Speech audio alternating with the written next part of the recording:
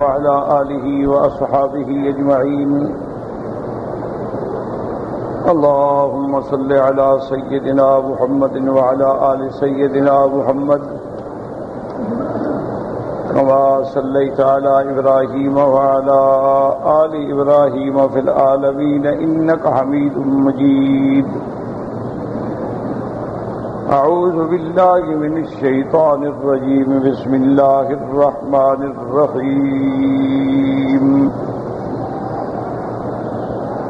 إن الذين يؤذون الله ورسوله لعنهم الله في الدنيا والآخرة وأعد لهم عذابا مهينا. والذين يؤذون المؤمنين والمؤمنات بغير ما اكتسبوا فقد احتملوا بهتانا وإثما مبينا. قال المؤلف والمفسر رحمه الله تعالى: يقول تعالى متحددا ومتوعدا من أذاه.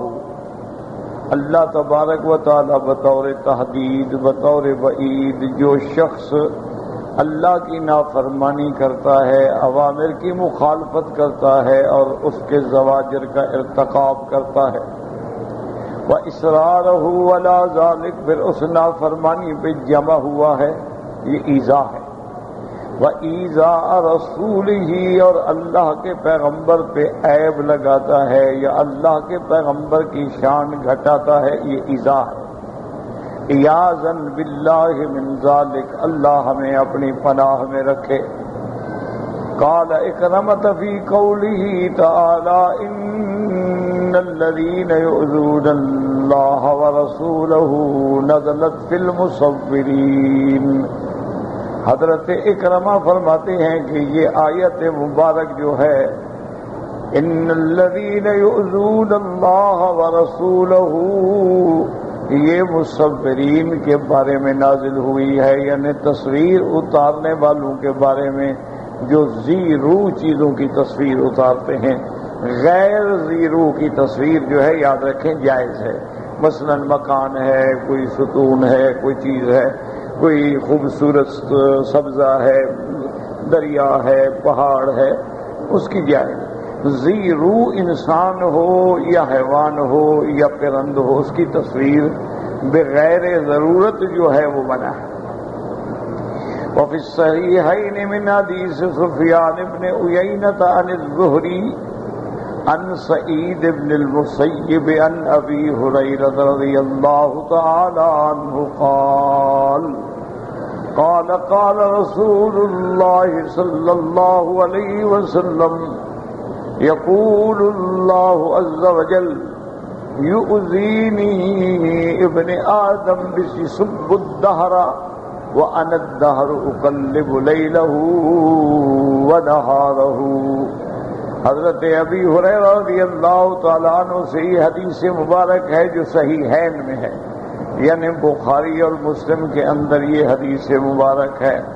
فرماتے ہیں کہ حضور پاک نے فرمایا کہ اللہ فرماتے ہیں، حدیث قدسی ہے، یعنی اللہ کا فرمان ہے اور لفظ جو ہیں وہ حضور پاک کے ہیں۔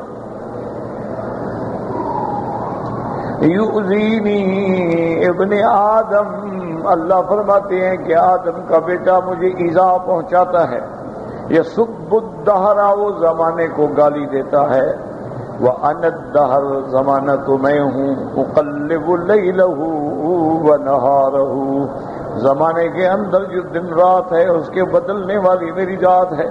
تو فرمایا کہ یہ لوگ جو ہیں یہ بھی مجھے ایذا دیتے ہیں، جو کہتے ہیں وقت برا آ گیا، زمانہ برا آ گیا، یا نعوذ باللہ یہ دن برے ہیں، یہ دن منحوس ہیں، یہ مہینے منحوس ہیں۔ اللہ نے سارے مہینے پیدا فرمائے، اللہ نے سارے ایام پیدا فرمائے، اللہ نے بعد ایام کو بعض پہ فضیلت عطا فرمائی، جیسے جمعہ کا دن افضل الایام ہے، اسی طرح عرفات کا دن جو ہے پورے سال میں افضل الایام ہے، اسی طرح عشرہ ذی الحجہ جو ہے اس کی بڑی عظمت ہے، اسی طرح رمضان المبارک کا مہینہ، اسی طرح عشر الاواخر ہے، اسی طرح لیلۃ الجمعہ ہے، تو اللہ نے خود فضیلت دی ہے۔ باقی یہ عقیدہ رکھنا کہ جی وقت گندا ہے اور وقت برا ہے، یہ غلط بات ہے، کیونکہ وقت کا خالق کون ہے؟ اللہ تعالی۔ دن رات کے نظام کو چلانے والا کون ہے؟ اللہ تعالی۔ یقلب اللیل والنہار، کہیں فرماتے یولج اللیل فی النہار ویولج النہار فی اللیل۔ اللہ فرماتے ہیں کبھی ہم دن کو رات میں داخل کر دیتے ہیں، رات بڑی ہو جاتی، کبھی ہم رات کو دن میں داخل کر دیتے ہیں تو دن بڑا ہو جاتا ہے۔ تو جب سب کچھ میرے ہاتھ میں ہے تو پھر اس کو منحوس کہنا، برا کہنا، گالی دینا، یہ اللہ کو ایذا پہنچانا ہے۔ وَمَعْنَا هَذَا أَنَّ الْجَاهِلِيَّةَ كَانُوا يَقُولُونَ يَا خَيْبَةَ الدَّهْرِ فَعَلَ بِنَا كَذَا وَكَذَا فَيُسْنِدُونَ أَفْعَالَ اللَّهِ تَعَالَى إِلَى الدَّهْرِ وَيَسُبُّونَهُ وَإِنَّمَا الْفَاعِلُ لِذَلِكَ هُوَ اللَّهُ عَزَّ وَجَلَّ فَنَهَى عَنْ ذَلِكَ هكذا قرره الشافعي وابو عبيدة وغيرهما من العلماء رحمهم الله تعالى عليهم۔ آپ نے فرمایا کہ زمانے جاہلیت میں لوگ کہتے تھے کہ ہائے زمانہ، ہائے تمہیں ایسا ہو، تم برے ہو، تمہاری وجہ سے ہمارے ساتھ یہ ہوا یہ ہوا یہ ہوا، کہ اگر ہم ایسا نہ کرتے، اگر ہم منگل اور بدھ کو سفر نہ کرتے، اگر یہ منحوس دن نہ ہوتے، آج کل تو جی دن ہی، آج کل تو زمانہ ہی بگڑ خراب ہو گیا، یہ بگڑ تو ہم گئے ہیں، زمانہ تو اللہ کا پیدا کرتا۔ اس لیے فرمایا وہ گالیاں دیتے تھے، حالانکہ ان تمام چیزوں کا فاعل جو ہے وہ اللہ تبارک و تعالی ہے۔ تو اللہ تبارک و تعالی نے منع فرمایا کہ خبردار زمانے کو برا نہ کہا کرو۔ هكذا قرره الشافعي وابو عبيدة وغيرهما من العلماء رحمه الله۔ وقال الأوفي عن ابن عباس في قوله تعالى إن الذين يؤذون الله ورسوله نزلت في الذين طعنوا على النبي صلى الله عليه وسلم في تزويجه صفية بنت حيي بن أخطب۔ اب مفسر رحمۃ اللہ علیہ فرماتے ہیں ایک قول حضرت ابن عباس کا یہ بھی ہے کہ جو لوگ اللہ کے رسول کو ایذا پہنچاتے ہیں، انہوں نے فرمایا نزلت فی الذین طعنوا علی النبی صلی اللہ علیہ وسلم، یہ ان لوگوں کے بارے میں نازل ہوئی جنہوں نے حضور کا نکاح جب ہوا بی بی صفیہ سے تو کچھ باتیں بنائیں، تو اللہ نے یہ آیت نے کہ حضور کو کیوں تکلیف پہنچا۔ اصل میں بی بی صفیہ جو ہیں رضی اللہ تعالی عنہا، یہ دراصل خیبر کے ایک بہت بڑے سردار کی بیٹی ہیں اور ایک بہت بڑے سردار کی بیوی۔ جب خیبر فتح ہو گیا، حضور صلی اللہ علیہ وسلم نے اموال غنیمت تقسیم فرما دی ہے، تو بی بی صفیہ جو ہیں بعض روایات میں ہے کہ یہ حضرت دہیہ کے نصیب میں آئے، بعض روایات میں حضرت ثابت کا نام بھی آتا ہے۔ اسی اثنا میں کچھ لوگوں نے آ کے حضور سے عرض کیا کہ یا رسول اللہ صلی اللہ علیہ وسلم، آپ نے بی بی صفیہ ایک صحابی کے حوالے کر دی ہے، حالانکہ وہ ایک خیبر کے سب سے بڑے سردار کی بیٹی ہے اور سب سے بڑے سردار کی بیوی ہے، اچھا ہوتا کہ آپ خود اپنے لیے لے لیتے، تاکہ ہو سکتا ہے کہ آپ کے اس عمل سے اور اس بیوی کے احترام سے یہود کے دل میں اللہ کو اسلام کی بات ڈال دی۔ حضور صلی اللہ علیہ وسلم نے اپنے اس صحابی کو بلایا اور آپ نے فرمایا کہ مشورہ یہ ہوا ہے، اگر تم اپنی خوشی سے، چونکہ وہ تمہارے نصیب میں ہے، اب تمہارا حق ہے، وہ تمہاری مملوکہ ہے، تم اگر مہربانی کر کے اپنے حصے کو بدل دو، اس کے بدلے میں مجھ سے باندی لے لو، یا اس کو آزاد کر دو، بدلے کتابت لے لو۔ انہوں نے کہا حضور میں نے تو بہرحال اس وقت تک اس بی بی کی شکل ہی نہیں دیکھی۔ آپ کے یہاں تو بات ہی ختم ہے، بس قصہ ختم ہے، کیا میں نے کیا لینا ہے، آپ لے لیں۔ تو حضور صلی اللہ علیہ وسلم نے شادی فرمائی، اور بی بی صفیہ کی شادی کرنے سے ایک بہت بڑا فائدہ یہ ہوا کہ جب حضور نے شادی فرما لی تو جتنے بی بی صفیہ کے رشتہ دار صحابہ کے پاس قید میں تھے، صحابہ نے کہا بھی سب چھوڑ دو، اب تو یہ حضور کے رشتہ دار ہو گئے، بی بی صفیہ کی وجہ سے رشتہ داری ہو گئی، تو لہذا ان کو بھی آزاد کر دو۔ تو کتنے لوگوں کو آزادی مل گئی۔ لیکن منافقین تو موقع کی تلاش میں ہوتا ہے، کہا دیکھیں ہاں حضور پاک نے صحابی سے چھین لی اور خود شادی کر لی۔ تو اس قسم کی باتیں جو ہیں وہ حضور صلی اللہ علیہ وسلم کی شان میں کی گئی، تو یہ بھی ایذا ہے رسول اللہ کے لیے کہ اللہ کے نبی کی شان بلند ہے، بالا ہے، عظیم تر ہے۔ اور پھر سیدھی بات یہ ہے کہ پہلی بات آدمی یہ سوچے کہ یہ ساری باتیں اگر بر بنائے خواہش ہو، نفسانی خواہش کے تابع، تو حضور جوانی میں شادیاں کرتے۔ یعنی اگر دیکھیں نا آدمی کی جوانی میں جذبہ ہوتا ہے نا، میری ایک بیوی ہو، دوسری ہو، تیسری ہو، چوتھی ہو، اچھا میں فلاں کی لڑکی سے شادی کر لوں، میں فلاں ملک سے لڑکی لے آؤں، یہ جوانی کی بات ہے۔ بڑھاپے میں کیا ہوتا ہے؟ تو خواہشات ہی ختم ہو گئی انسان کی۔ تو حضور صلی اللہ علیہ وسلم کی پہلی بیوی جو ہے وہ سیدہ خدیجہ الکبریٰ ہے۔ حضور کی عمر 25 سال ہے، بیوی کی عمر 40 سال ہے، اور بی بی خدیجہ پہلے 2 شوہروں کی بیوی رہ چکی، ان سے اولاد ہے۔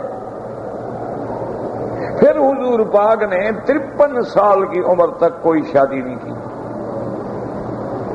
اب حضور صلی اللہ علیہ وسلم بی بی خدیجہ فوت ہو گئی، حضور صلی اللہ علیہ وسلم نے ہجرت فرمائی، پھر بی بی سودا آئی، پھر بی بی عائشہ آئی، تو اس وقت حضور کی عمر تو 55 سال ہو چکی۔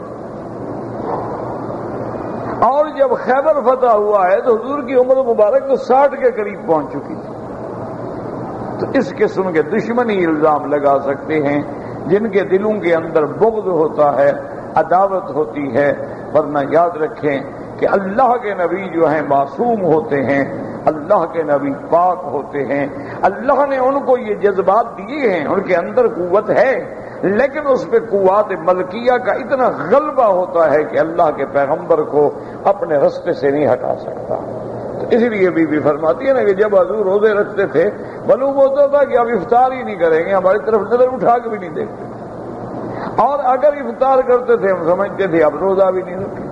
تو اللہ تبارک و تعالیٰ کے انبیاء تو اپنی قوتوں کو اپنے کنٹرول میں رکھتے ہیں۔ دیکھا نہیں کہ حضرت یوسف علیہ السلام ہے، امرأت العزیز نے کتنے پاپڑ بیلے، یعنی خریدا، بظاہر آپ کا خریدا ہوا غلام ہے، پھر گھر میں پالا، جوان کیا، خدمت کی، شہزادہ بنا کے رکھا، پھر سارے محلات کے ڈورے ڈال کے دروازے بند کر کے اتنا ایسے جیسے پنجرے میں جکڑ لیا ہو۔ وہاں بھی جب ارادہ کیا تو کہا قال معاذ اللہ، مجھے اللہ کی پناہ، میں کیا کہہ رہی ہوں، میں تو یہ تصور بھی نہیں کر سکتا۔ تو اللہ کے نبی تو پاک ہوتے ہیں، یہ تو دشمن ہیں، ان کو جب موقع ملے تو دشمن تو اپنا موقع خطا نہیں کرتا۔ اس لیے فرماتی ہیں والظاہر ان الآیت عامۃ فی کل من نزاہ بشیء ومن آذاہ فقد آذى اللہ کما من اطاعہ فقد اطاع اللہ۔ اب مفسر رحمۃ اللہ علیہ فرماتے ہیں کہ ظاہر بات یہ ہے کہ یہ آیت عامہ ہے، کسی خاص واقعے میں نہیں۔ العبرۃ بعموم اللفظ لا بخصوص السبب، سبب چاہے کوئی ہو لیکن حکم عام ہے۔ یعنی جو بندہ بھی حضور کو ایذا دے گا اس نے گویا اللہ کو ایذا دی، اور جو حضور کی فرما برداری کرے گا گویا اللہ کی فرما برداری کی۔ وَمَن يُطِعِ الرَّسُولَ فَقَدْ أَطَاعَ اللَّهَ، اللہ نے فرما دیا جس نے میرے رسول کی اطاعت کی اس نے گویا میری اطاعت کی۔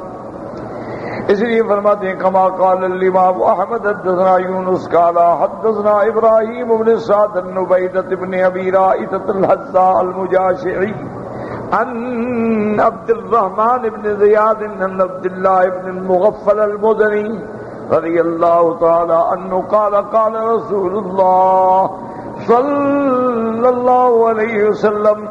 اس حدیث مبارک میں جو حضرت عبداللہ ابن المغفل مدنی نے روایت کی ہے، میرے آقا رحمت دو عالم محبوب دو عالم سیدنا محمد مصطفیٰ صلی اللہ علیہ وسلم اللہ اللہ فی اصحابی، خبردار خبردار میرے صحابہ کے بارے میں، لا تتخذوہم غرضا بعدی، میرے بعد ان کو غرض کہتے ہیں نشانہ، جیسے نشانے کی جگہ بنا کے نشانہ تیر اندازی کرتے ہیں.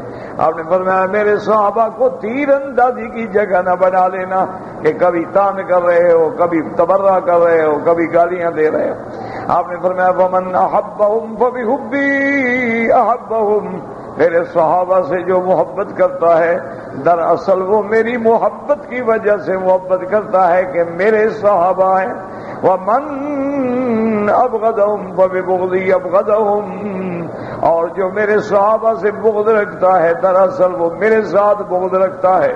ومن آذاہم فقد آذانی ومن آذانی فقد آذى اللہ، اور جو ان کو تکلیف پہنچاتا ہے اس نے مجھے تکلیف پہنچائی، اور جو مجھے تکلیف پہنچاتا ہے اس نے اللہ کو تکلیف پہنچائی.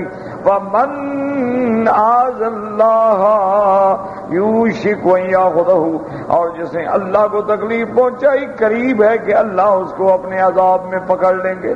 تو صحابہ کو برا کہنا، صحابہ پہ تنقید کرنا، صحابہ کی تنقیص کرنا، صحابہ کے شان میں کوتاہی کرنا جو ہے دراصل یہ حضور کی شان میں کوتاہی ہے. اس کی وجہ یہ ہوتی ہے کہ صحابہ نے کس سے دین سیکھا؟ محمد مصطفیٰ سے. آج اگر کوئی آدمی ائمہ اربعہ کی شان میں کوتاہی کرے، آج اگر کوئی آدمی فقہا کی شان میں کوتاہی کرے، فقہا نے دین کن سے سیکھا؟ صحابہ سے یا تابعین سے. تو یہ کڑی وہاں تک چلی جاتی ہے. تو اس لیے ہمیشہ احتیاط کے، جیسے صحابہ نے دین محمد مصطفیٰ سے سیکھا، میرے مدنی نے دین اللہ سے سیکھا. تو جو مدنی پہ اعتراض کرے گویا اللہ پہ اعتراض، جو صحابہ پہ اعتراض کرے گویا محمد مصطفیٰ پہ اعتراض، اور جو ائمہ پہ اعتراض کرے تو گویا عبداللہ ابن مسعود اور عبداللہ ابن عباس پہ اعتراض، کیونکہ انہوں نے تو سارا انہوں سے لیا، تو صحابہ سے نقل کیا ہے، اور صحابہ کی فقہ اور صحابہ کے فتاوی، صحابہ کے اقوال کو سامنے رکھا ہے. تو اس لیے ہمیشہ یہ بھی ایذا ہے. اور اللہ نے فرمایا ان کی سزا یہ ہے کہ لعنہم اللہ فی الدنیا والآخرہ، ان کے لیے دنیا اور آخرت میں لعنت ہے. وقد رواه الترمذی من حدیث عبیدہ بن ابی رائدہ عن عبد الرحمن بن زیاد ان عبد الله بن المغفل به ثم قال وهذا حديث غريب لا نعرفه الا من هذا الوجه. وقوله تعالى والذين يؤذون المؤمنين والمؤمنات بغير ما اكتسبوا، اللہ نے فرمایا جو لوگ ایمان والے مردوں کو یا ایمان والی بیویوں کو تکلیف ایذا پہنچاتے ہیں، اور ایذا بھی اس بارے میں جو انہوں نے کام نہیں کیا ہے، انہوں نے گناہ نہیں کیا لیکن گناہ لگا رہے ہیں، انہوں نے غلطی نہیں کی لیکن ان کو ایذا پہنچا رہے ہیں، تو ان کے لیے بھی وہی عذاب. ینسبون الیہم ما هم براء منہ لم یعملوہ ولم یفعلوہ، ایسی باتیں ان کی طرف نسبت کرتے ہیں وہ بری ہیں، انہوں نے نہیں کی ہیں. فقد احتملوا بہتانا واثما مبینا وهذا هو البہت الكبیر ان یحکی او ینقل عن المؤمنین والمؤمنات ما لم یفعلوہ علی سبیل العیب والنقص لهم. کوئی ایسی بات مومنوں کی طرف نسبت کرنا، مومن عورتوں کی طرف نسبت کرنا جو انہوں نے نہیں کہا، جو انہوں نے نہیں کیا، تو یہ بہتان ہے اور بہت بڑا عظیم گناہ ہے. ومن اکثر من يدخل في هذا الوعيد الكفر بالله ورسوله. اب مفسر فرماتا ہے کہ اس آیت کے تحت سب سے پہلے تو وہ کافر ہیں جنہوں نے اللہ سے کفر کیا، اللہ کے رسول سے کفر کیا، اللہ تبارک و تعالیٰ کے لیے اولادیں ثابت کی، اللہ تعالیٰ کے لیے شرکاء بنائے ہیں. ثم الرافضۃ، ان کے بعد نمبر آتا ہے روافد شیعہ لوگوں کا، الذین یترکسون الصحابۃ ویغیبونہم بما قد براہم اللہ منہ، وہ لوگ جو صحابہ پہ عیب لگاتے ہیں، صحابہ کی شان میں کوتاہی کرتے ہیں اور صحابہ کے بارے میں ایسی باتیں کہتے ہیں جن سے صحابہ بری ہیں، صحابہ کا دامن صاف ہے۔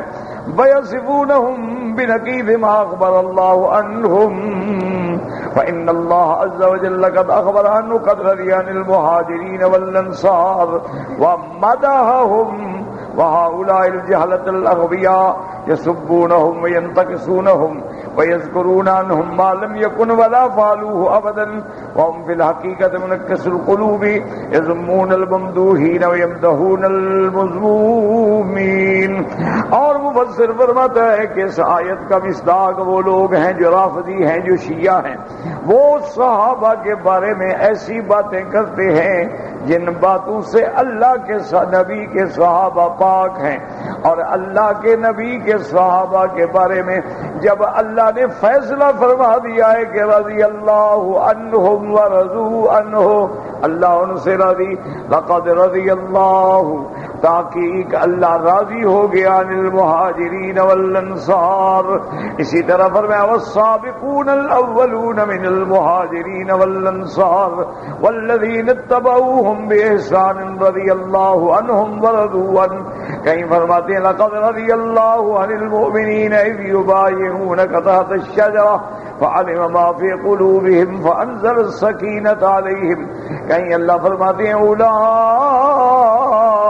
هم المؤمنون حقا، تو یہ تو وہ صحابہ ہے جن سے اللہ راضی ہو گیا، تو اللہ راضی ہو جائے اور یہ گالیاں دے، اللہ راضی ہو جائے اور یہ تبرہ کرے، اللہ راضی ہو جائے اور یہ ان کی شان میں گستاخی کرے۔ یاد رکھیں کہ اللہ نے صحابہ کو بڑا مقام دیا ہے۔ اچھی طرح مسئلہ سمجھ لیں کہ صحابہ معصوم نہیں ہیں، صحابہ سے غلطی ہو سکتی ہے اور صحابہ سے غلطیاں ہوئی ہیں، لیکن اس کے باوجود اللہ نے ان کو معاف کر دیا ہے کہ ہمیں کوئی حق نہیں پہنچتا کہ ہم ان پر زبان کھولیں، ورنہ صحابہ سے، صحابہ انسان ہیں، محفوظ ہیں، معصوم تو نہیں ہیں۔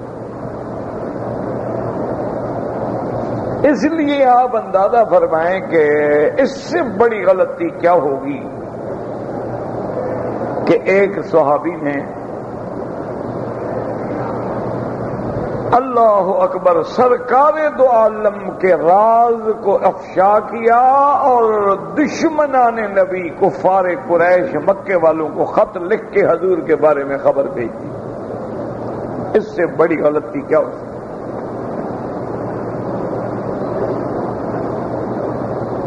یعنی یہ تو اتنی بڑی غلطی ہے نا جس کا اثر سارے عالم پر ہے، سارے مسلمانوں پہ۔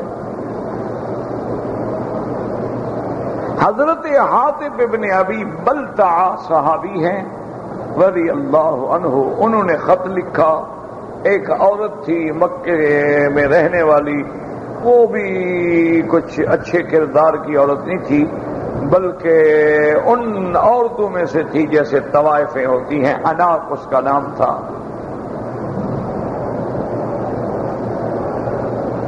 وہ مدینہ منورہ میں آئی، حاطب بن ابی بلتع نے اس کو کہا کہ میں اگر تمہیں خط دوں کہ قریش مکہ کو پہنچا دو تو میں تمہیں اتنے پیسے دوں گا۔ اس نے کہا ٹھیک ہے، ایسی عورتیں تو ہوتی ایسی ہیں۔ وہ آئی بھی اسی لیے تھی مدینے کے بھئی میں کچھ لوگوں سے پیسے لوں، اب مکے والوں کے پاس تو پیسہ ہے نہیں۔ بہرحال وہ خط لے کے چلی گئی، حضور صلی اللہ علیہ وسلم نے سیدنا علی رضی اللہ تعالی عنہ کو بلایا اور آپ نے فرمایا کہ علی فوراً اپنے ساتھ چند جوان لو، تیز رفتار سواریوں پہ سوار ہو جاؤ، اونٹنیوں پہ یا گھوڑوں پہ، زعینتن فی روضۃ خاخ، روضہ خاخ ایک جگہ ہے مدینہ اور مکے کے راستے میں، وہاں ایک عورت جا رہی ہے، اس کو پکڑ کے لاؤ، اس کے پاس خط ہے، وہ خط برآمد کرو۔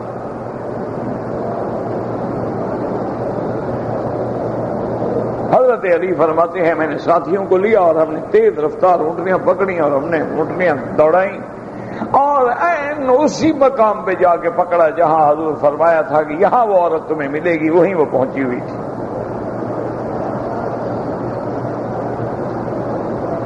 حضرت علی رضی اللہ تعالی عنہ فرماتے ہیں کہ میں نے اس کو کہا کہ اونٹنی روک دو، اس نے روک دی، میں نے کہا بٹھاؤ، بٹھا دی، میں نے کہا تمہارے پاس ایک خط ہے؟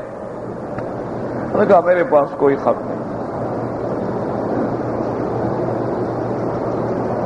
حضرت علی رضی اللہ تعالی عنہ نے صحابہ کو حکم دیا کہ اس کے سامان کی تلاشی لو، کہ اگر خط ہے تو صاف ظاہر ہے کہ سامان میں ہوگا۔ سارا سامان کھولا، ایک ایک چیز کو کھول کے دیکھا، خط نہیں۔ اس نے کہا کہ یا علی میرے پاس خط نہیں ہے، مجھے پتا نہیں تھا کہ آپ مجھے پکڑنے آ رہے ہیں، اگر خط ہوتا میرے سامان میں ہوتا۔ صحابہ جو ساتھ تھے انہوں نے بھی حضرت علی کو علیحدہ کر کے کہا کہ اگر اس کے پاس خط ہوتا تو اس کے سامان میں ہوتا۔ ہم نے اس کی ہر چیز سامان دیکھ لیا ہے اور اس کے سامان میں بھی نہیں، کپڑوں میں بھی نہیں، کسی چیز میں بھی نہیں ہے، تو اب مشورہ تو یہ ہے کہ اس کو اجازت دے دیں، ہم بھی جائے۔ میں کیا کہہ رہے ہو؟ اخبرنی رسول اللہ صلی اللہ علیہ وسلم۔ میں کیا عقل کی بات کر رہے ہو؟ مجھے خبر دینے والا کون ہے؟ محمد مصطفیٰ ہے۔ عجیب بات کہہ رہے ہو، میں اس کو اجازت دے دوں؟ مجھے حضور نے فرمایا اس کو گرفتار کر کے لے آؤ، تو میں اس کو اجازت کیسے دے دوں؟ حضرت علی رضی اللہ تعالی عنہ روایات میں آتا ہے کہ آپ آیا، آپ نے فرمایا دیکھو اناک بات سنو، تمہارے پاس خط ہے تو خط ہمیں دے دو عزت کے ساتھ، اور اگر تم نے مجھے وہ خط نہ دیا واللہ لاجردنک، مجھے خدا کی قسم ہے میں تیرے کپڑے اتار کے تجھے اریاں کر کے بھی خط برآمد کروں گا۔ مجھے نبی نے خبر دی ہے، وہ خبر غلط ہو سکتی ہے؟ کیا کہہ رہی ہو؟ اب جب حضرت علی نے دھمکی دی کہ میں تو کپڑے بھی اتار دوں، اس کا تو خیال تھا نا عورت کو کون ہاتھ لگائے گا، اور خاص طور پہ اسلام میں مسلمانوں میں تو عورت کا احترام ہے، چاہے دشمن کی عورت بھی ہو۔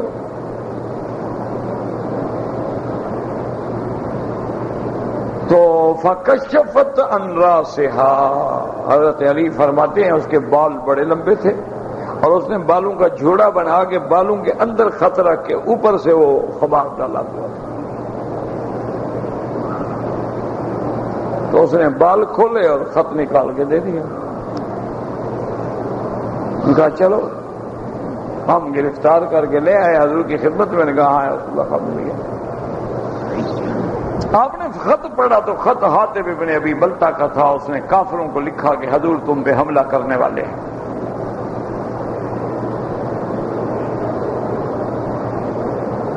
جب خط حضور نے پڑھا تو حضرت عمر کا خون کھول گیا، حضرت عمر کھڑے ہو گئے،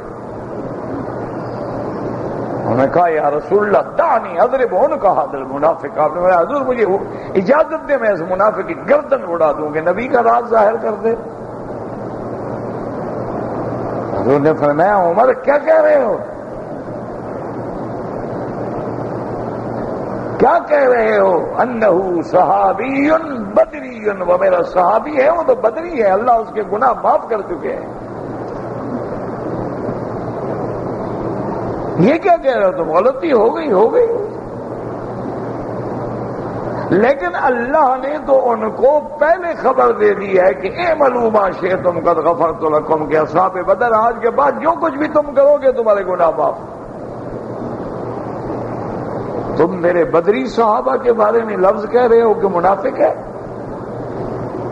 آپ نے فرمایا بلاؤ حاتب کو، حاتب کو بلایا گیا، حضرت فرمایا حاتب تم نے خط لکھا؟ ہاں یا رسول اللہ لکھا۔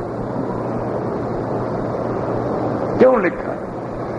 اس نے کہا یا رسول اللہ میرے بیوی بچے سب مکے میں ہیں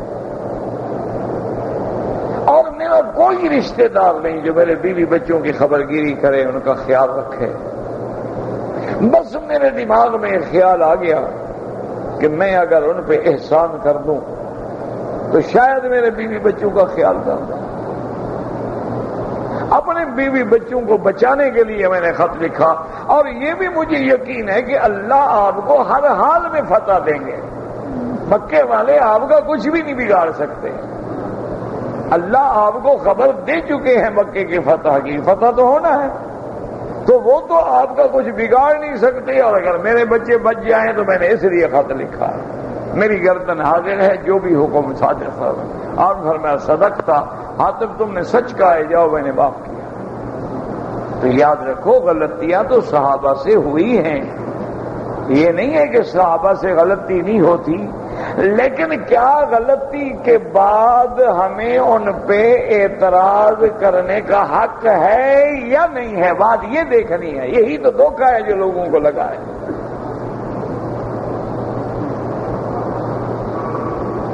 یہ تو بات غلط ہے، کہو کہ صحابہ سے غلطی نہیں، آپس میں جنگیں ہو گئیں، صحابہ شہید ہو گئے، اتنی بڑی غلطی۔ صحابہ کے زمانے میں آخر اللہ کے نبی نے جو سزائیں دی ہیں،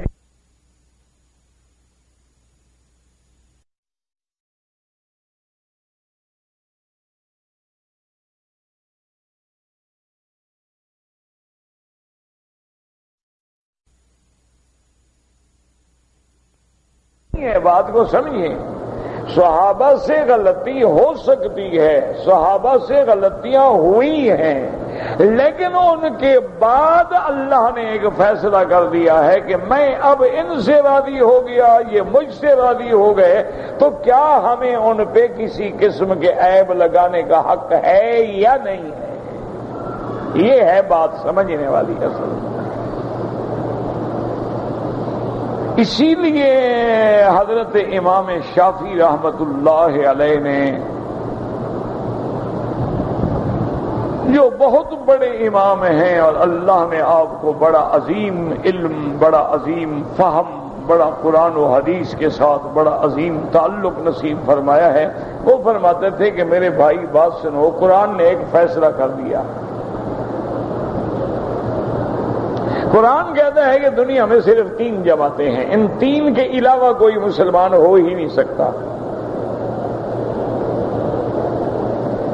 اچھی طرح سمجھیں، حضرت امام شافعی فرماتے ہیں کہ اللہ نے قرآن میں فیصلہ کر دیا کہ بس یہ 3 پارٹیاں مسلمان ہیں،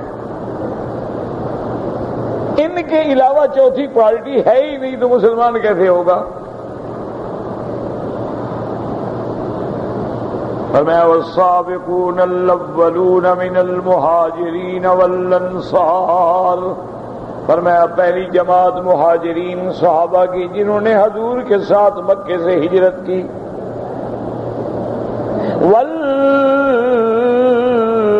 والانصار، اور دوسری جماعت ان صحابہ کی جو مدینے میں رہتے تھے، جنہوں نے مہاجروں کو بھائی بنایا، استقبال کیا، سینے سے لگایا، یہ 2۔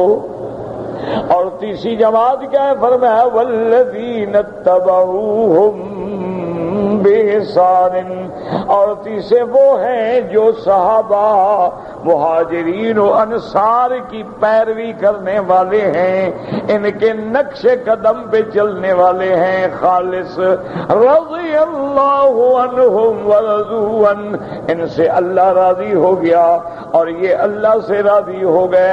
فرمایا یاد رکھو، مہاجر تو ہم بن نہیں سکتے، انصار بھی ہم بن نہیں سکتے، ہمیں حضور کا زمانہ نہیں ملا۔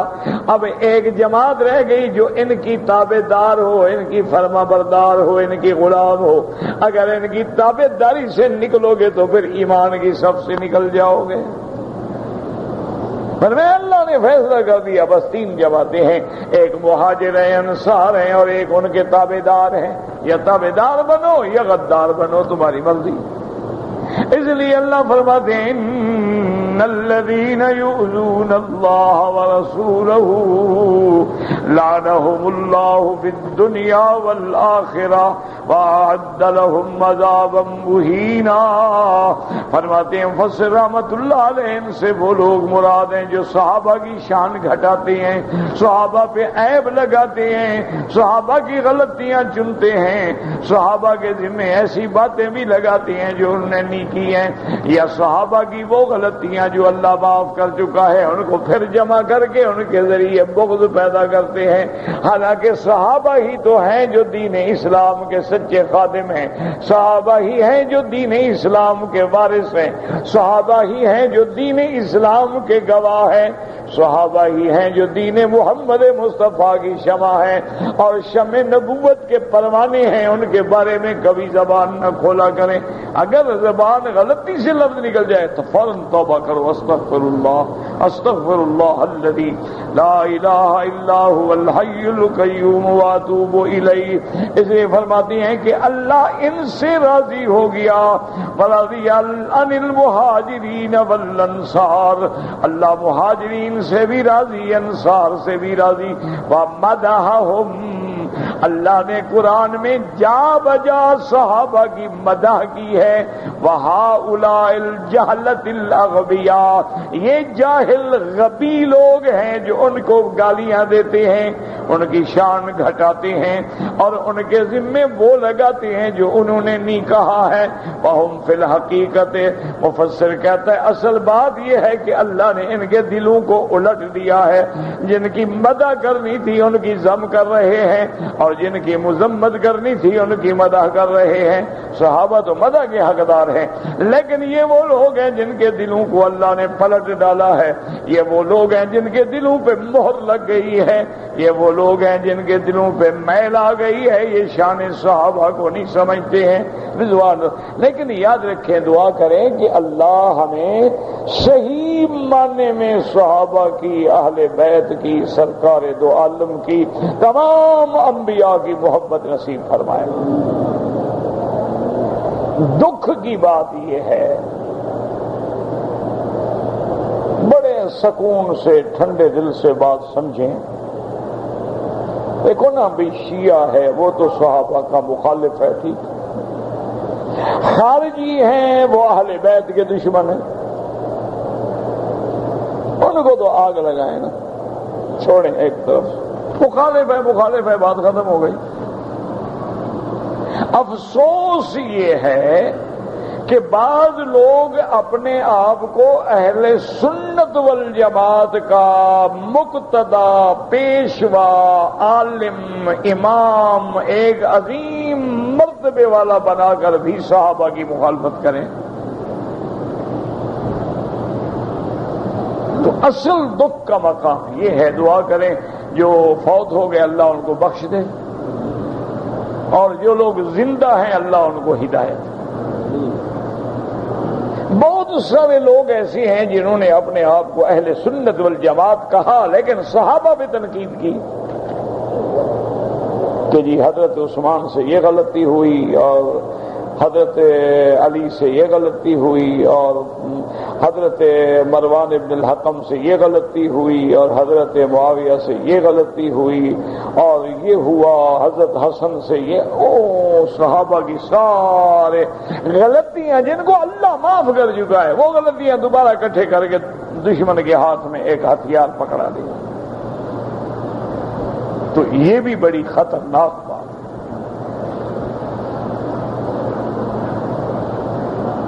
جب ان سے پوچھا گیا انہوں نے کہا کہ دیکھیں بات یہ ہے کہ ہم نے تو ایک تاریخ بیان کی ہے اور تاریخ کا قلم اٹھانے والا جو ہے تاریخ بڑی ظالم چیز ہے، وہ کسی کا عیب نہیں چھپاتی ہے، جو واقعہ ہوا ہم نے بیان کر دیا.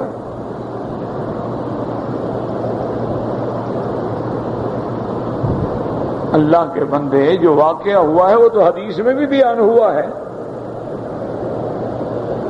جو واقعہ ہوا مثلا بی بی عائشہ پہ تہمت لگی تو اب بی بی عائشہ کا جتنا واقعہ ہے حدیثوں میں بھی موجود ہے.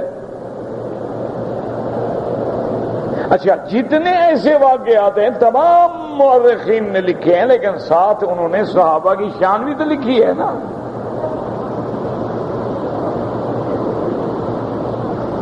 کہ بھئی یہ بات تو ہوئی ہے، لیکن دیکھو بی بی عائشہ پر اللہ کے نبی نے ملنا جلنا بند کر دیا، بولنا بند کر دیا، پوچھنا بند کر دیا۔ بی بی عائشہ فرماتی ہیں حضور میرا نام نہیں لیتے تھے، یعنی میرے گھر میں آتے حضور، میرے ابا کے گھر میں آتے، فرماتے کیف فیکم، کیا حال ہے اس کا؟ یہ نہیں پوچھتے تھے کہ کیف حال ہوا عائشہ کا کیا حال ہے، یا خود آگے مجھ سے پوچھ لیں کہ عائشہ تیرا کیا حال ہے۔ اللہ کے نبی اتنے ناراض ہیں، لیکن اس کے بعد اللہ نے بی بی عائشہ کی برات بیان کی کہ نہیں کی؟ تو بات ہو جانا الگ بات ہے، تم نے اگر ایک بات کی ہے تو آگے حقائق بھی تو بیان کرو نا، بھی حقیقت یہ ہے۔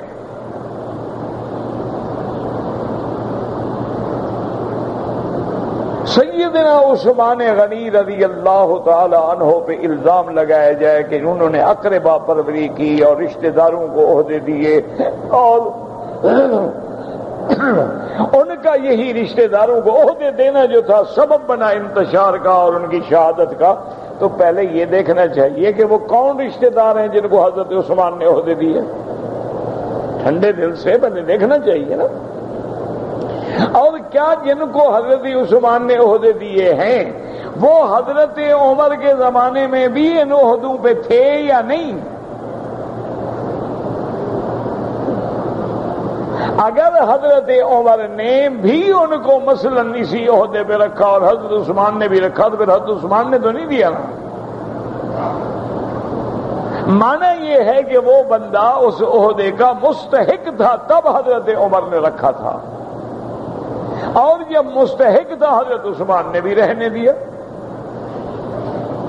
اور اگر حضرت عثمان نے اس کی عزت میں اضافہ کر دیا تو تب بھی کوئی جرم نہیں۔ فطری بات ہے کہ ایک آدمی رشتہ دار ہو تو آدمی اس کا اکرام زیادہ کرتا ہے، تو اس لیے یہ بھی بڑا خطرناک مسئلہ ہے کہ صحابہ کے نام پر ایسی ایسی باتیں، جیسے مثلاً بڑا ایک چھوٹا سا جملہ لکھ دیا کہ بی بی عائشہ تو اس قدر بڑھ گئی تھی کہ کبھی کبھی حضور کے سامنے بھی زبان درازی کرتی تھی۔ کوئی بات ہے؟ یعنی نعوذ باللہ تمہاری بیوی زبان دراز ہو، کوئی کہے تم معاف کر دو گے؟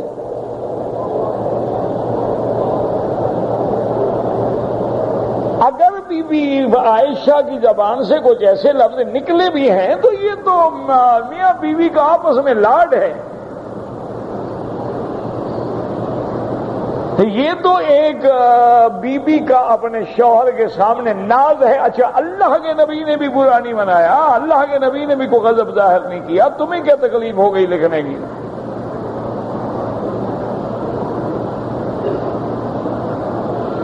اگر کبھی کبھی ایسا ہوا، مثلاً ایک دفعہ ایسا واقعہ ہوا کہ ایک بی بی صاحبہ نے اپنا ایک پیالے میں حضور کے پاس حلوہ بھیجا تو وہ جو باندی لے کے آئی بی بی عائشہ نے غصے میں کہ میرے گھر میں دوسری بیوی نے کیوں بھیجا، سے ہاتھ ہمارا تو پیالہ ٹوٹ گیا۔ آپ نے فرمایا غارت امکم، بھائی تمہاری ماں غیرت میں آ گئی ہے۔ آپ نے فرمایا ایک پیالہ گھر سے اٹھایا، کہا جاؤ یہ پیالہ اس کو دے دیجیے، توڑا ہے اس کے بدلے میں پیالہ لے جاؤ۔ یہ ہو جاتا ہے، یہ تو فطری بات ہے۔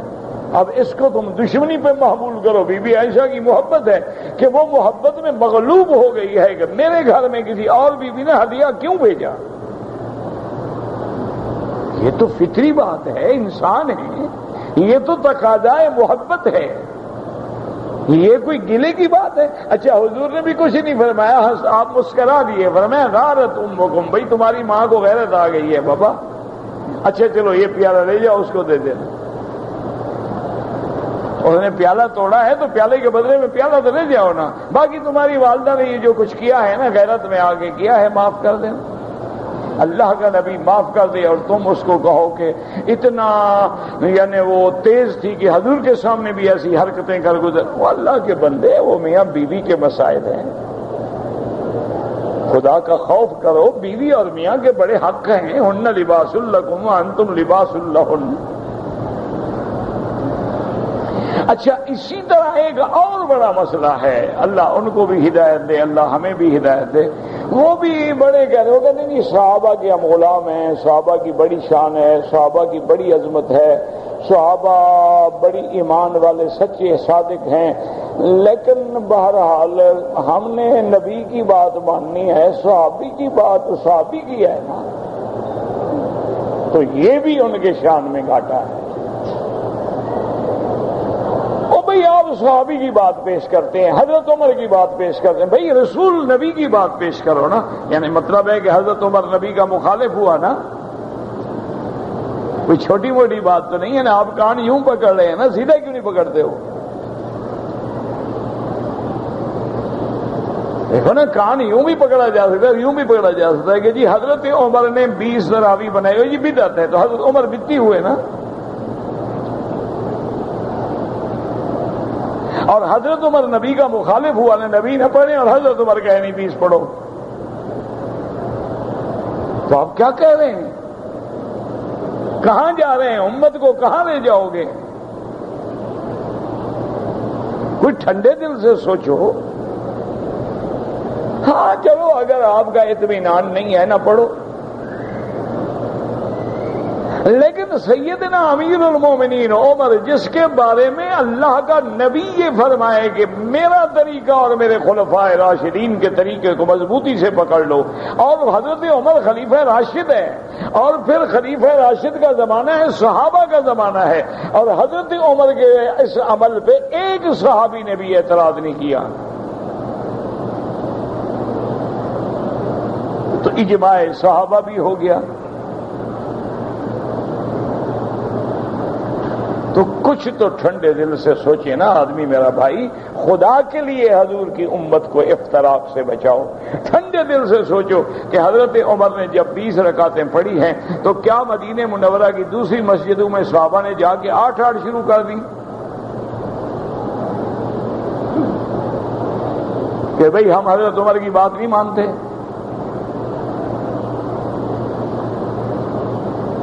وہی ٹھنڈے دل سے سوچو کیا کہہ رہے ہو۔ اس لیے دعا کیا کرو کہ اللہ صراط مستقیم پہ رکھے، اللہ ہمیں حضور کا غلام بنائے، صحابہ کا، اہل بیت کا، تابعین کا، محدثین کا، مجتہدین کا، فقہائے امت کا، علماء کا، اولیاء اللہ کا، اللہ سب کی محبت دے۔ اگر ذرا سی بھی کمی آئی نا تو پٹڑی سے اتر جاؤ گے، اور جب آدمی پٹڑی سے اتر جاتا ہے نا پھر ٹھوکریں ہی ٹھوکریں۔ یہ کڑی اللہ نے بنا دی ہے کہ میں نے اپنے استاد سے پڑھا، اس نے اپنے استاد سے پڑھا، اس نے اپنے استاد سے پڑھا، اور سند گئی امام بخاری تک، پھر امام بخاری سے چلی سند گئی صحابہ تک، پھر صحابہ سے حضور تک، اور حضور نے کس سے پڑھا؟ اللہ نے پڑھایا۔ اور جہاں زنجیر میں ایک کڑی ٹوٹ گئی بس سمجھو سند ٹوٹ گئی۔ اسی لیے آپ دیکھتے ہیں نا، حدثنا حدثنا حدثنا حدثنا حدثنا عن نبی ہریرہ قال قال رسول اللہ۔ کیوں علماء نقل کرتے ہیں کہ پتہ چلے کہ یہ خبر ہمیں کون دے رہا ہے، یہ کڑی کا سلسلہ کیسے آ رہا ہے، اس کڑی میں کوئی کڑی کمزور تو نہیں، کوئی کڑی ٹوٹی ہوئی تو نہیں، کوئی کڑی کسی دوسری زنجیر کی تو نہیں ڈال دی گئی۔ اس لیے پھر محدثین بحث کرتے ہیں اس میں راوی ضعیف ہے، اس میں فلاں آدمی کا حافظہ بڑھاپے میں کمزور ہو گیا تھا، اس میں فلاں راوی سچا تو ہے لیکن شیعہ تھا، اس میں فلاں راوی صدوق تو ہے لیکن قدری تھا، اس میں فلاں راوی جو ہے آدمی تو سچا تھا لیکن معتزلی تھا۔ ایک ایک بات کو انہوں نے واضح کر کے امت کے لیے ایسی زنجیر بنا دی کہ سیدھا صراط مستقیم پہ آگے جنت میں چلے جائیں۔ دعا کریں کہ اللہ ہمیں افتراق سے بچائے، اور اس وقت حضور کی امت کو بڑے اتحاد کی ضرورت ہے، اتفاق کی ضرورت ہے۔ چھوٹے چھوٹے مسائل پہ بلا وجہ حضور کی امت کو نہ الجھائیں، نہ ان کے دماغوں میں ایسی باتیں ڈال دیں کہ وہ بیچارے دین پہ ہوتے ہوئے پریشان ہو جائیں گے، اب ہم کدھر، ادھر جائیں یا ادھر جائیں۔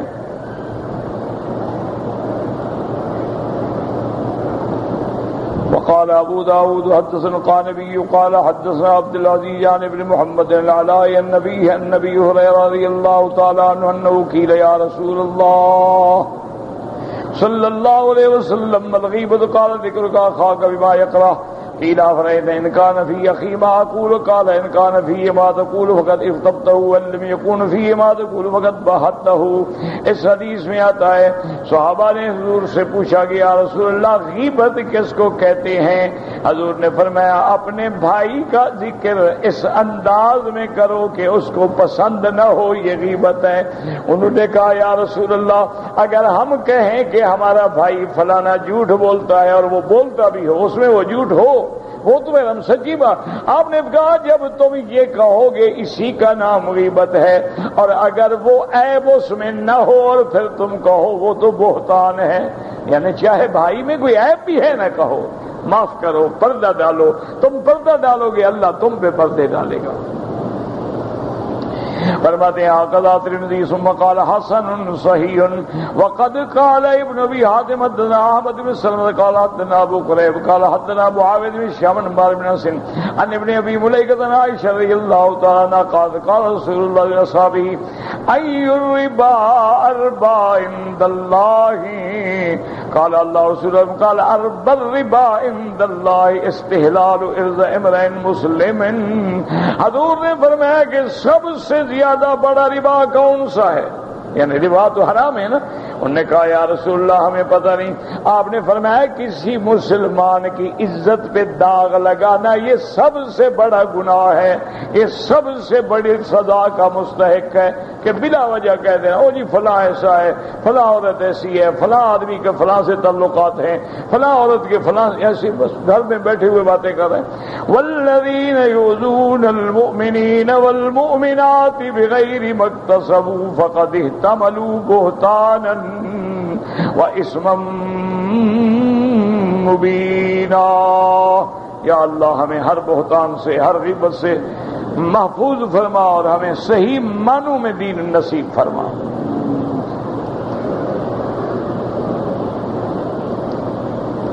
ایک آدمی کو پیشاب کی تکلیف ہے، جب نماز میں بھی کھڑا ہوتا ہے تو پیشاب کے قطرے گرتے رہتے ہیں. دعا کرو اللہ ہر بیمار کو شفا دے. یاد رکھیں ایسے لوگوں کو چاہیے کہ ہر نماز کے لیے نیا وضو کریں اور اندر بھی اب دھو کے بدل ڈالا. اب مغرب کے لیے جو وضو کیا ہے پھر عشاء تک نماز پڑھتے رہیں، طواف کریں، نفل پڑھیں، پھر جب عشاء کا وقت آئے گا تو عشاء کے لیے نیا وضو کریں.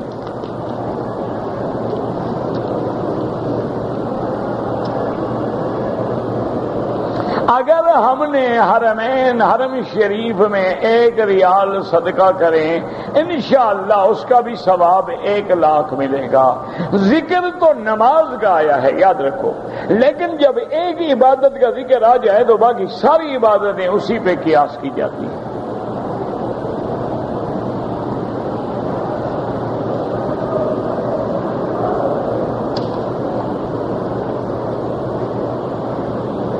میں ریاض سے ٹرالہ لے کر آیا جدہ، پھر جدے سے میں نے احرام باندھ کے عمرہ کیا. آپ پہ کوئی دم نہیں، آپ ڈرائیور ہیں، آپ تو آتے جاتے ہیں نا، اس لیے آپ پر کوئی مسئلہ نہیں.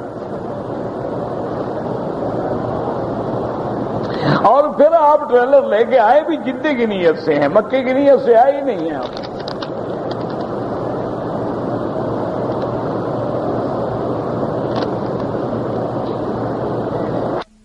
کہتا ہے جی کہ امام ابو حنیفہ کے زمانے میں لوگ کہتے ہیں کہ یہ حدیث کی کتابیں تھی ہی نہیں. تو یہ حدیث کی کتابیں جن لوگوں نے لکھی ہیں یہ تو امام ابو حنیفہ کے بھی بعد میں ہیں، پھر انہوں نے کہاں سے لکھیں؟ امام ابو حنیفہ پہ اعتراض کرتے کرتے کہیں یہ نہ دیکھو کہ اپنے گھر کو آگ لگ جائے. امام ابو حنیفہ تو 50 ہجری میں پیدا ہوئے ہیں، وہ تو تابعین کا دور ہے. باقی لوگ تو بہت بعد میں پیدا، ان کے زمانے میں پھر حدیثیں کہاں سے آ گئیں؟ پھر تو آپ منکرین حدیث کے ہاتھ مضبوط کر رہے ہیں نا کہ حدیث ثابت ہی نہیں. خدا کا خوف کرو. یہی وہ باتیں ہیں جو آدمی الزام لگاتے ہیں، یہی ایذا ہے کہ امام ابو حنیفہ فوت ہو گئے ابھی بھی معاف نہیں کرتے ہیں. وہ قبر میں چلے گئے، اور اللہ تبارک و تعالیٰ نے ان کی خدمات ہیں کہ آج پوری دنیا میں ان کی فقہ ہے اور ان کا نام ہے، ان کی کتابیں ہیں، ان کے شاگرد ہیں، ان کا مسلک ہے، لیکن ہم معاف نہیں کرتے۔ اور جی یہ 6 کتابیں نہیں تھیں، 6 کتابیں تو حضور کے زمانے میں بھی نہیں تھیں، 6 کتابیں تو صحابہ کے زمانے میں بھی نہیں تھیں، لہذا منکرین حدیث کی بات ٹھیک ہو گئی نا کہ حدیث پہ اعتبار ہی نہیں۔ یہ تو 250 سال بعد میں لکھی گئی ہیں، امام حنیفہ تو 50 سال بعد میں پیدا ہوا ہے۔ اللہ کے بندے یاد رکھو کہ اب مثلا اس انداز میں قرآن تو حضور کے زمانے میں بھی چھپا ہوا نہیں تھا، لیکن قرآن تھا کہ نہیں تھا؟ حدیث کی کتابیں جمع نہیں ہوئی، لیکن حضور کا فرمان صحابہ کے بعد موجود تھا کہ نہیں تھا؟ کوئی عقل کرو، بات کو سمجھو۔ اچھا، اب جب ہم لوگ پڑھتے تھے نا جی بخاری شریف، اتنی لمبی کتاب ہوتی تھی بخاری شریف، ہندوستان کی چھپی ہوئی ہوتی تھی، پرانے زمانے کی جو طباعت ہوتی تھی نا جی اتنی لمبی۔ اب جناب ایسی خوبصورت جلدوں میں کتاب آ گئی ہے ماشاءاللہ کہ آسان، اٹھانا آسان، پڑھنا آسان۔ تو اب اس کا مطلب یہ تو نہیں ہے نا کہ کہیں جی وہ بخاری تو نہیں ہے نا جو ہم نے پڑھی تھی۔ تو عقل کرو، بخاری تو وہی ہے نا، اگر جلد اور آ گئی تو کیا ہو گیا؟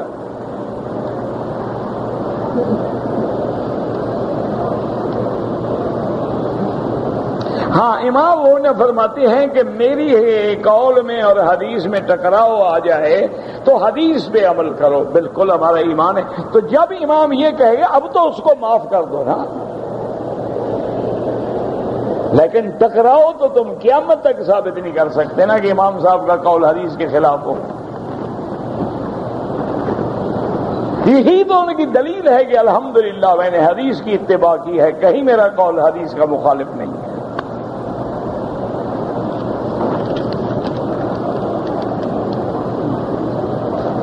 حضور اکرم اولین یعنی تمام انبیاء سے افضل ہیں، جو پہلے گزرے ان سے بھی افضل، جو حضور کے زمانے میں آئے ان میں۔ حضور کی امت آخرین میں ہے اور آدم کی امت اولین میں ہے، اور وہ بھی آخرین ہیں جو حضور کے بعد قیامت تک امت آئے گی۔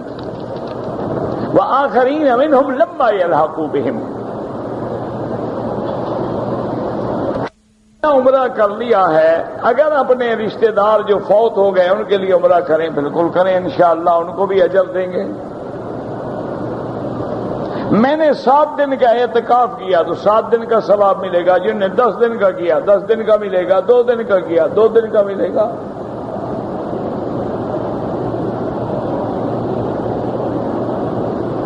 اگر شوہر ٹی وی وغیرہ دیکھتا ہو، بیوی منع کرے اور شوہر نہ مانے تو بیوی دوسرے کمرے میں سو سکتی ہے، دوسرے کمرے میں سو تو سکتی ہے، لیکن یہ نہیں کہ اس کے حقوق ہی ادا نہ کرے، پھر وہ تو اس سے بھی بڑی مجرم ہو گئی نا۔ وہ تو صرف ٹی وی دیکھنے کا گناہ کرے اور یہ دوسرے کمرے میں جا کے تالا لگا کے سو جائے، دین سمجھا رہی ہے۔ پیار سے سمجھاؤ، محبت سے سمجھاؤ، قائل کرو اس کو۔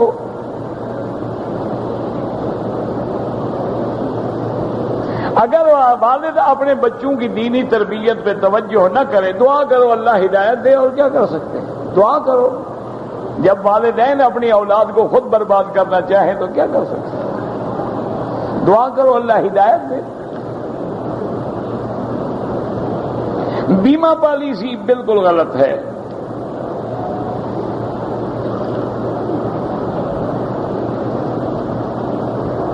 میں تنہائی پسند آدمی ہوں، جس کی وجہ سے میری ذہنی کیفیت ایسی ہو گئی ہے، مجھے بات بات پہ غصہ آتا ہے، تو کسی سائیکاٹرسٹ ڈاکٹر سے جا کے رجوع کریں، وہ آپ کو دوائی دیں گے، 2-4 دن میں آپ ٹھیک ہو جائیں گے، مسئلہ ہی کوئی نہیں۔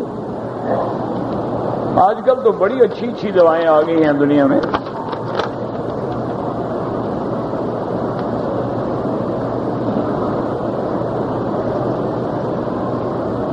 میں نے ایک بڑی قسم تھا، مجھے کیا پتا وہ بڑی قسم کیا تھی، پہلے قسم تو لکھو نا۔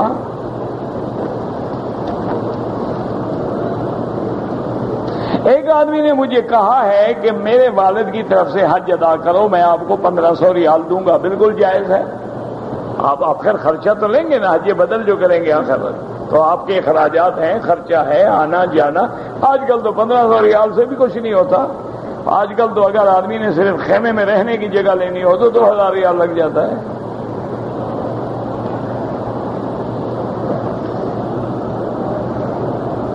میرے اوپر دم پڑ گیا ہے۔ ہاں جی، دم کا معنی یہی ہوتا ہے، بکرا ہو، بکری ہو، دمبا ہو، دمبی ہو، کچھ ہو ذبح کریں اور غریبوں کو تقسیم کریں۔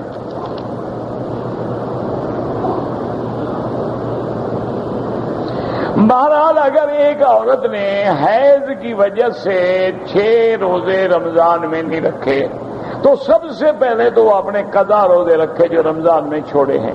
شوال کے بعد میں 6 رکھنا چاہے رکھ لے، نہ رکھے نہ رکھے، وہ تو ایک ثواب ہے نا، لیکن وہ تو اس کے ذمے قضا لازم